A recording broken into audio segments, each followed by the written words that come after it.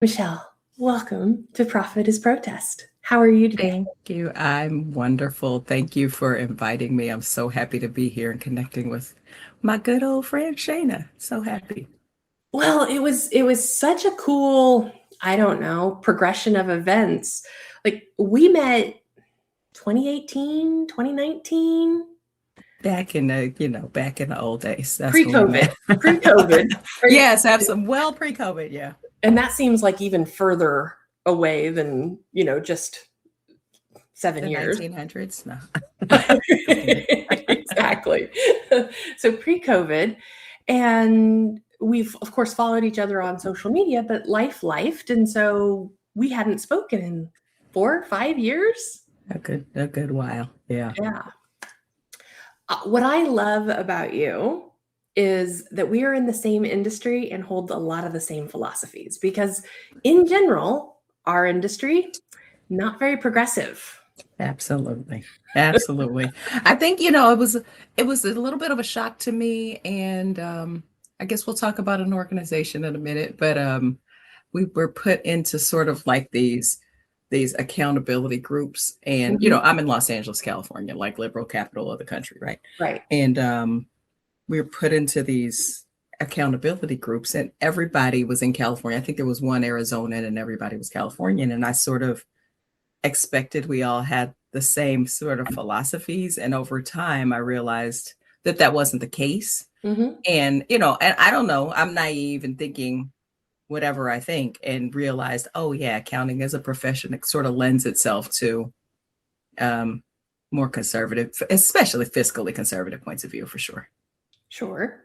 And I don't actually think there's anything wrong with being fiscally conservative, right? I Right. do think our training tends to train us into a scarcity mindset.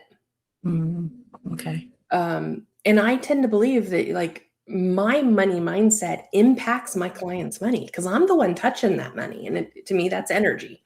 So I'm playing with that energy. And if I am in this deeply scarcity minded place where I'm very fearful of what's happening in the world and feeling like I have to protect, it impacts their business because the Right. advice I give comes from that lens. Right. So I think every bookkeeper, every accountant would do their clients a service if they worked on their own money mindset. Oh, yeah, certainly, certainly. And um, I probably could work with you. Meaning, I could probably be your client. It's so funny, it's like people talk about like nurses who don't take care of their health. And I always say the cobbler with bad shoes and things like Mhm. that, even though that's such an old-timey term. But I definitely run this roller coaster of financial fitness myself, which I definitely like. It's funny, like you do need, and I don't know, I'm probably exhausting all these examples, but I remember once there was like some like a who was the thing and blah blah blah. And it was like one barber had a super clean barber shop. A man goes into a town and one barber has a super clean barber shop and the other barber is unkempt and he has like a messy barber shop. And the guy goes to that one with the thought that, well, he's unkempt because the other barber isn't cutting his hair. He's unkempt. He has hair on the floor because he's cutting everybody's in the town's hair. And I think that's the thing. Like, sometimes we can look good on the surface, but there's a lot of stuff not happening in the background. And yeah, I could certainly benefit from improving my own mindset around money. I think that was the point of that. Well, let me be clear. I work with a money coach, right? Yeah, Like I for don't sure. think I'm at a pinnacle of Mhm. purity when it comes to Yeah. money mindset. But I do believe that those of us that work with other people's money would our advice, our tools, our tactics would be infinitely more impactful if we start with fixing our own money mindset. Oh, certainly. And that's for all areas of coaching, like Mhm. I realize I did not do this intentionally, but I'm like drinking out of this cup. And the strawberry.me is a coaching platform that I work for. I love it. And it primarily centers around career coaching. But Mhm. like there's a thing that we say in the coaching profession, and I know we're coming from a lens of accounting, but I'm also a certified Oh, coach. both. And Absolutely. And a big thing is we coach ourselves. Like we coach ourselves 10 years ago. Mhm. And everything from, like, I center a lot of my stuff around self-compassion and embracing our imperfections and becoming tolerant of uncertainty and burnout and things like that. And that's certainly a place you kind of, in one sense, your biases can uh, become obstacles in your coaching, but in other cases, that's what makes you relatable, or that's what Mhm. makes you able to have more empathy and relate to your clients.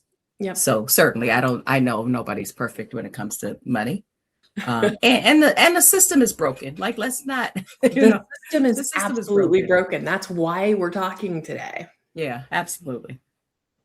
So April of last year, I was feeling stuck in my own world. I had this hope that in November, when he who shall not be named was elected, that something would happen between election day and inauguration day that would fix it, right? Like, and I knew it was a foolish hope. I knew it was naive. I knew the likelihood was less than 1%. And there was a part of me just waiting.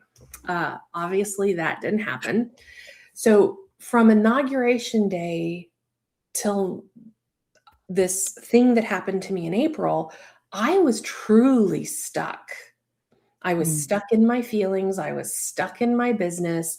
My relationships felt weird. I didn't know how to coach my clients through their own pain and rage over what was going on. And everybody that I was coming in contact with was really scared, terrified about what was going on in the world, and didn't feel like they could, for my business owners, promote their businesses in the way that they normally would, because it was like, read the room. You don't Mhm. go and talk about, hey, I'm a great bookkeeper, I'm a great accountant, or I'm a great coach when the world is burning down around you, right? Is the way we all felt. Mm. And Okay. I know that when I'm stuck, the first place I look is, what of my own tools have I stopped using? Because we get Okay. complacent. And so I started working through some of my tools, and I felt it loosen a little bit. And I had this like epiphany. It's like, oh, I need to go deeper with my a money coach right now, because I hadn't worked directly with a money coach in probably 5 years. Okay. So I have this epiphany, and I'm going, okay, well, what money coach? Because I have several that I've worked with in the past. Do I want to reconnect with? And the morning I get up, so I've had the epiphany in the night, because I always have mine at 3 a.m. I get up, I open my email, and Ken Honda, the author of Happy Money, who I've worked with in the past in a group situation, is inviting me to a small 3-day retreat in Kyoto, Japan. Okay. And I was like, well, if that's not a sign. I've only been off the North American continent once in my life, at that point when I said yes to this.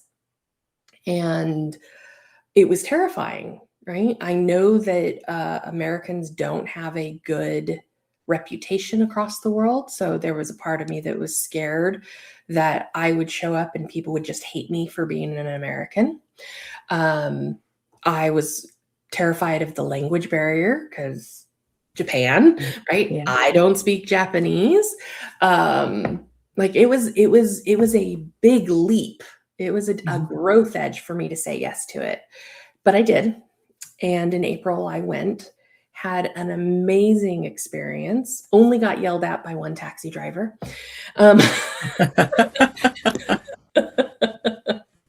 but otherwise, everybody in Japan was incredibly kind. It was wonderful. Yeah. I come back from Japan, and it takes time to integrate what you've learned, what you've experienced. And I have a daily ritual of journaling. So I'm journaling about it and how I'm feeling and what's coming through. And I write in my journal, profit is my protest. Okay. Okay. And I Okay. went, oh, what does that mean? And then I start scribbling all the ways that what I think that means for me and for the world. So that was May 8th. May 9th, I launched the Substack and was like, I haven't shut up about profit is protest since. Okay. What do you think it was about that trip? Like, so it's funny as you were talking about the trip, I started to write down, what did you learn? And then you said, I came back, I had to like integrate and process my learning. So yes, I hear that you were inspired, but what do you think was the big catalyst that like really sparked, like, especially the protest piece? Mm-hmm. That's a great question, because we didn't talk about any sort of protest or activism in this retreat. One thing he did say, and he was talking about the way we protect our money or our IP or ourselves. And so he's a Zen master, on top of being Japan's #1 selling author ever. More books of his copy have sold than any other Japanese author. He said, if there's no defense, there's no attack. Right. Okay. So when he previously, earlier in his career, when he would get very protective of his IP, he would feel more and more attacked and would have to defend. But when he was just like, you know what? People are going to say Happy Money is their program, and they're going to use it, and they're going to have a great success with it. And it does not in any way diminish me or take away from my work. I'm fine with it. And so the instances of people trying to take his work or steal his IP or attack him, like, drop to nil. Okay. No defense, no attack. So like that, when you ask me like this protest piece, I was in such a state of rage for so long that protest felt like rah, get in people's faces, draw a hard line in the sand, protest. And don't get me wrong, I was at the No Kings rallies, right? Mm-hmm. I will absolutely stay, because I do recognize I have as a white woman. Somehow I've been... You're here. Okay. I have something on my screen that says your recording's on the way, but I'm just going to keep listening to you. Yeah, we're still live. You're still here. Your camera went off for a second, so okay. Don't worry about it. When I moved through the rage and I found just a grounded confidence that the system is broken, therefore we can't rely on the system. Right. So we need to create a new system. And what might that look like? That's profit is protest. Okay. And for me, I feel that those of us that are kind, compassionate human beings who believe in the dignity of life and liberty and don't think anybody should be excluded from, anything. Right. There are actually more of us than there are of them. Mm-hmm. And business owners in general at our level, small business owners, tend to be those type of people. Yes, I recognize that there are large corporation organizations and businesses that are not there protecting their almighty dollar, but there are more of us than them. Yeah. And so our protest against what's going on in the world, against the system that is broken, is being wildly profitable. Okay. Because money is power. And where we put our money speaks to what we value in the world. Right. And I've done this as a values belief system for longer than this idea of profit as protest has been in my mind. The organization that we met through, Profit First, I love Profit First, the methodology. I use it with my clients.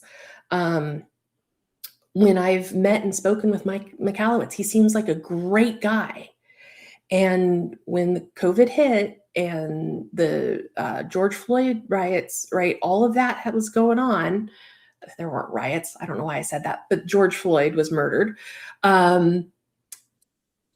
I was like, I was looking at where I was spending my money and what people were doing in the world. Right. And I couldn't define Profit First as an organization, their values. Mm-hmm. There was no statement on their website supporting LGBT or Black Lives Matter or just the fundamental rights of humanity. Right. When I asked the leadership about it, right, I'm like, I need to know that my dollars are going to an organization that shares my values. They wouldn't have the conversation with me. They told me it was inappropriate for me to ask. That's So insane. That's insane. So I'm not saying that they don't believe in those things because I don't know. But to me, especially at that inflection point in history, silence became complicity. If Yeah. you weren't willing to stand up for the people that needed us to stand up and support them, then you were part of the problem. Absolutely. Yeah. So I left the organization. That's a Right? big stand. Yeah. Yeah. And that was before Profit is Protest. Yeah. So backing up to you and I reconnecting after 5 years, Mm-hmm. we just decide to have a chat, Uh-huh. right? And Yep. we're catching up and you do what we all do. Tell me what you've been up to. That was my Go ahead. Oh, your camera went off again. Let's try. Don't know why. It's so I can't see you at all. I haven't been able to see you, and now it says Michele Roberts joined on my screen. So I'm trying to still look like Okay, well, you are back. People can okay. see you. I can see you. Okay. I'm not sure, but we'll just keep rolling with So it. I will yeah, have you were saying fire. that, you told the story of like what happened with Profit First and how and then you were saying and then we recently reconnected. Yep. So you do what everybody does when you reconnect. Well, tell me what you've been up to. And my Mm-hmm. favorite moment from our conversation was, well, I'm writing a book and it's coming out and it's called Profit is Protest. And you got it. You didn't go, what does profit is protest mean? You Yeah. said, oh, I have a story. Oh, but it's not business, so maybe it doesn't count. And I'm like, I'm sure it counts. Tell me the story. Yep, I do have a story. I would love for you to tell everybody the story because I think it demonstrates profit is protest in the wild. Absolutely. So our house was recently broken into on a Saturday afternoon, something like 1 in the afternoon. We've got sliding glass doors in the back of our house, and somebody came in and just broke through the glass. Now, the good news is they must have had some sort of lookout, and they decided to do this just as my husband was coming home. And so they left. Like they didn't, it doesn't even look like they entered the house. They smashed the glass and then took off. And our neighbor could see them like running out, running in, all the things. So, you know, good news, nothing was taken other than our sense of security, of course. So, as there's these screens. So one of the things people don't want bars, bars make your house, I don't know, they're not attractive. So we never wanted to have like the old school iron security bars. And somebody told us about these screens. So there's a few companies that create these like high security mesh screens that just look like your regular screens, but you can bang at those things with a crowbar or whatever, and you can't get in. So who knew? So we start getting quotes, and we're looking at multiple companies, and we land on this one. Now, I don't want all of my decisions to be politically based, and not necessarily do we have conversations about politics as the sales guy is here, but we did sort of get some hints of things like just some of the things that he said while we talked to 3 companies. We were sort of leaning towards one. So the guy made some references. He even said while he was here, oh yeah, I even had a customer that didn't want to go with me because of my politics. And I don't think that's the way everything's not to go. And I said, he goes on his merry way, does the measurements. We decide to go with him. And we were really having a hard time deciding because the company, we had landed on 2. the companies are largely the same. And there was like a small difference in the door handles that we like this one. So here, my husband and I were heading out of town. I was in the airport. I talked to the guy, let's call him Joe. That is not his name. But, I'm like, "Hey, Joe, I haven't received your estimate. We're ready to go." I'm in the airport on the phone with him, and he's like, "Oh, I'll send it to you right now." So he sends it to me. We're doing all this thing by phone, and I approve the estimate. I send the deposit with my American Express.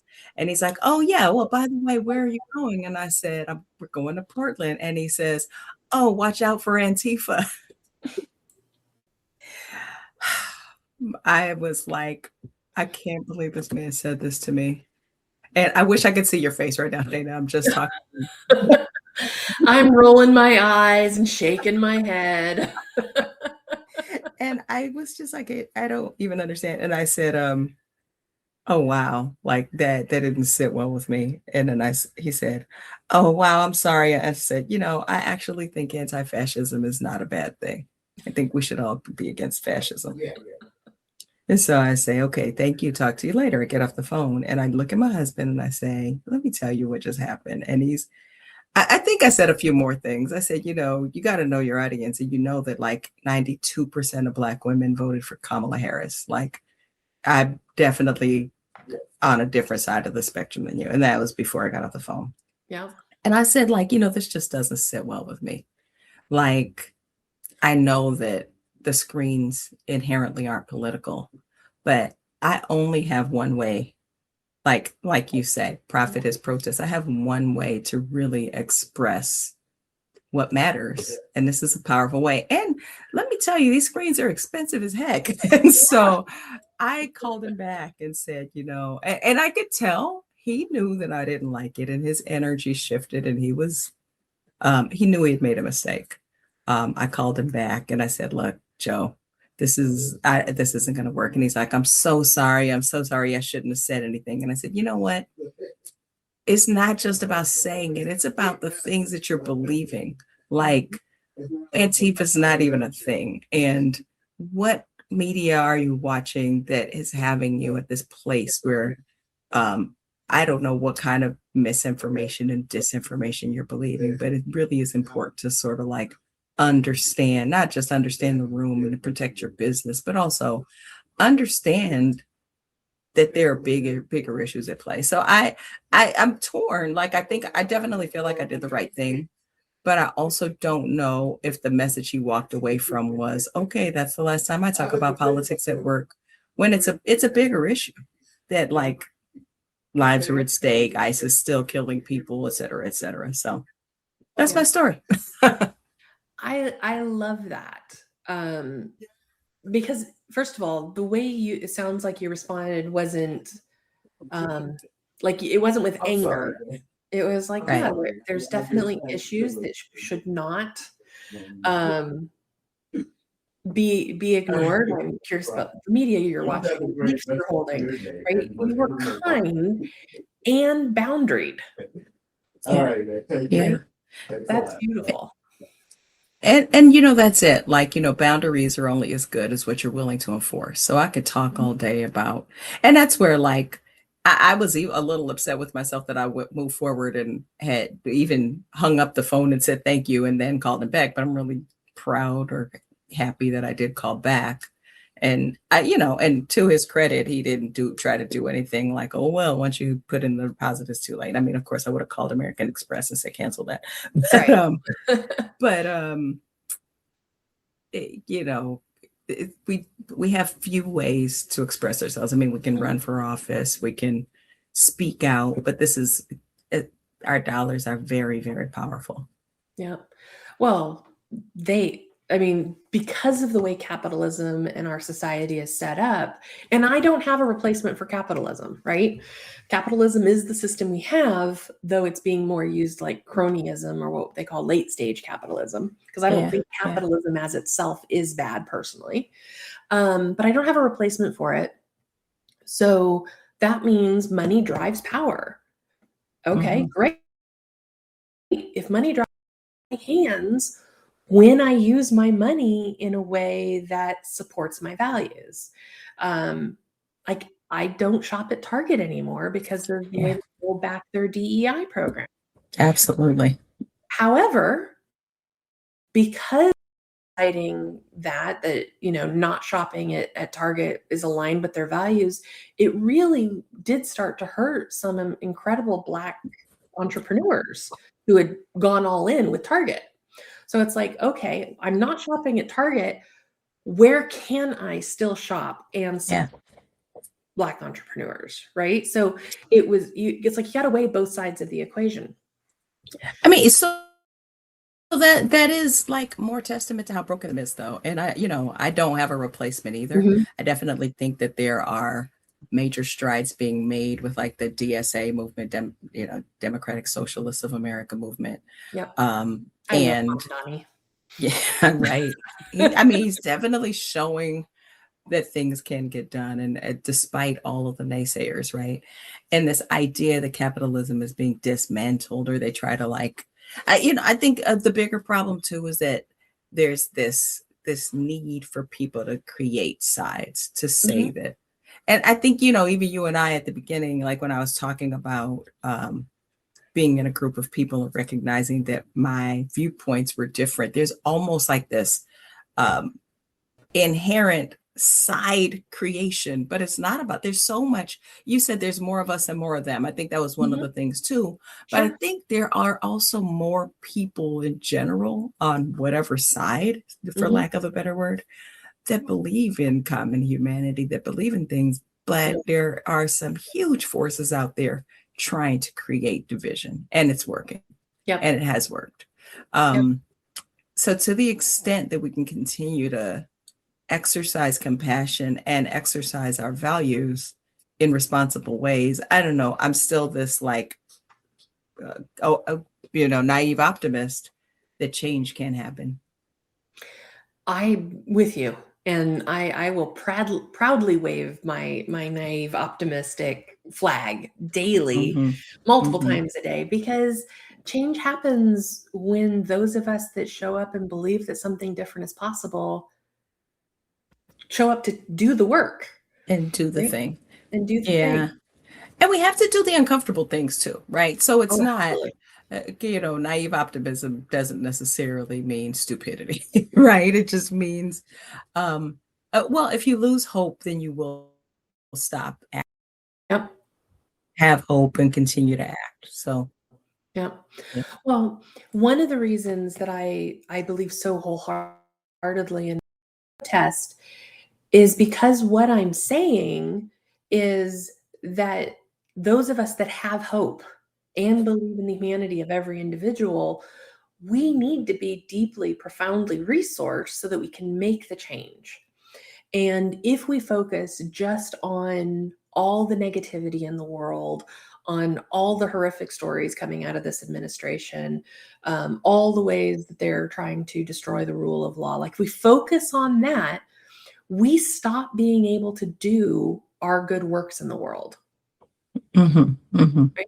And when we show up and we coach a client, whether it's me with money or you with your career coaching, that's our good work in the world. We're having a ripple effect. Yeah.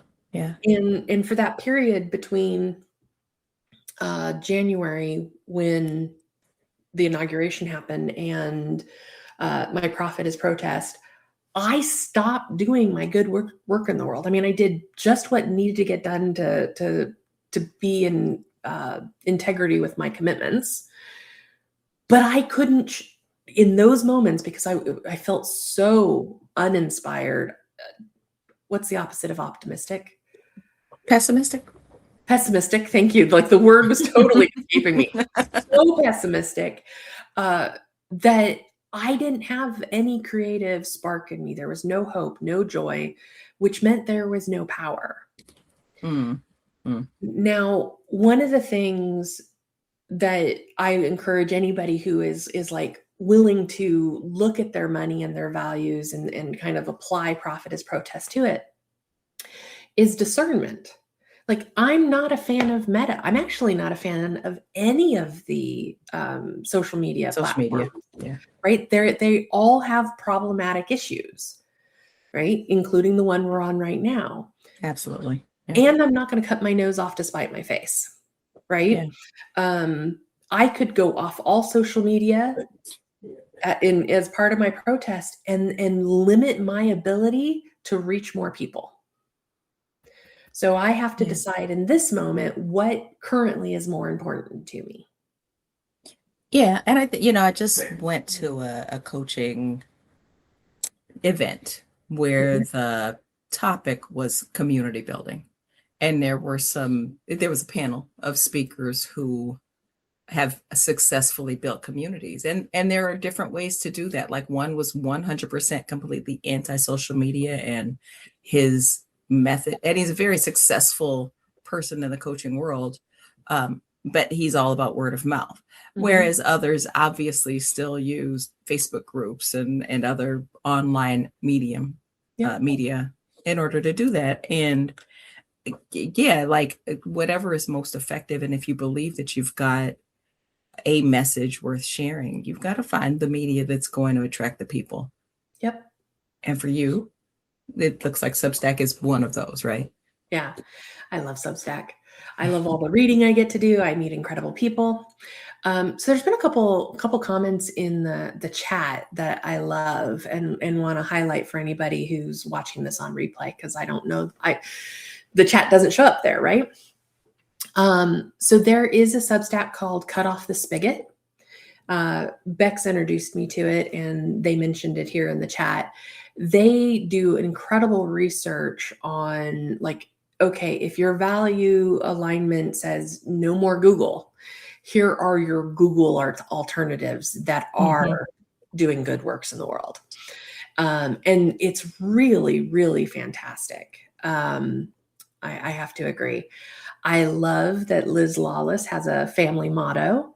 Lawlesses do what's hard joyfully. Say that again. So her last name is Lawless. Mm-hmm. So the family motto, Lawlesses do what's hard joyfully. Okay. So they do the Okay. hard thing, but they do it with joy. Mm-hmm. Uh, I love the fact that they have a family motto, like I to have know, an right? anchor that you can like return to, and whenever something happens, you can say to your kids, "Remember, lawlesses do the hard things joyfully." Like Yeah. it's huge. Yeah. Yeah, there's a fantasy novel I love, and the main character's family motto is "Loyalty is our strength," Mm, okay. um, and which is beautiful, and also gets him in trouble, right? Definitely, definitely. But there is Yeah. something about that, having a family motto that kind of goes with, think 14th century coat of arms, right? It Yeah. became this Yeah. overarching umbrella as to what they believed. And that is how I'm holding Profit as Protest. I'm trying to filter everything in my business through that filter. So I will have to think of a Woods family motto and see if I can get the whole family on board. But for now, in Shayna's world, the motto is Profit is Protest. The Woods can believe that profit is protest as well. I mean, um, it is, that's now you're talking legacy, right? Yep. So you're building a thing that will, and an idea that, um, so I was going to say an idea that might not necessarily be 100% uniquely yours, but you've created this unique angle for it, right? And so I find I'm approaching 60, right?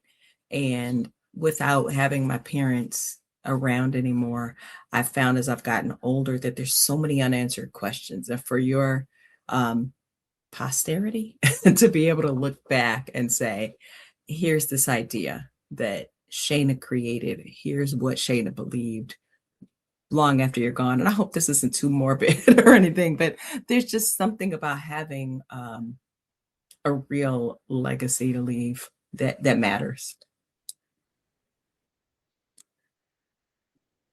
Am I disconnected?